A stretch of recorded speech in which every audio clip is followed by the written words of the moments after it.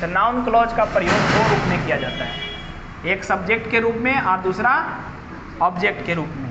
तो सब्जेक्ट और ऑब्जेक्ट क्या होता है ये भी जानते हैं कि सब्जेक्ट क्या होता है और ऑब्जेक्ट क्या होता है। कि सेंटेंस में हम बताएं कि मेन वर्ब के सब्जेक्ट के रूप में प्रयोग किया जाता है। किसके रूप में किया जाएगा? मेन वर्ब के सब्जेक्ट के रूप में। तो वर्ब तो जानते हैं कि दो प्रकार का होता है, हम पहले ही पढ़ाए थे कि एक मेन वर्ब होता है, हेल्पिंग वर्ब होता है। तो ये मेन वर्ब जो सेंटेंस में अकेला वर्ब होगा ना वो मेन वर्ब होता है। सेंटेंस में कोई अकेला वर्ब होगा तो वो कैसा वर्ब होगा?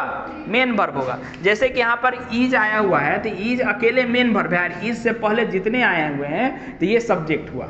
क्या हुआ?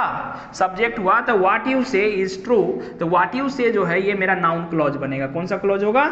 Noun clause. तो that he is honest is doubtful, तो यहाँ पर इज अकेला आया हुआ है तो इज यहाँ पे मेन वर्ब हुआ और ये इससे पहले जितना भी आए हुए हैं ये कि ये सारे के सारे noun clause. That he is honest क्या बना? ये नाउन क्लॉज बना।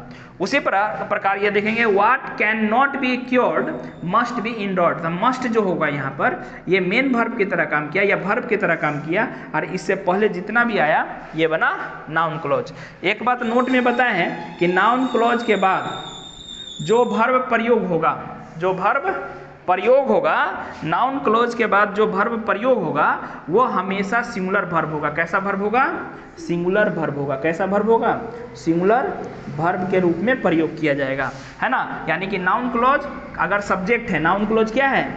सब्जेक्ट है। नाउन क्लॉज क्या है? सब्जेक्ट है। तो इसके साथ जो वर्ब प्रयोग होगा वो सिंगुलर होगा। कैसा वर्ब होगा? वो सिंगुलर वर्ब होगा। इस बात को ध्यान रखना है। कैसा वर्ब होगा?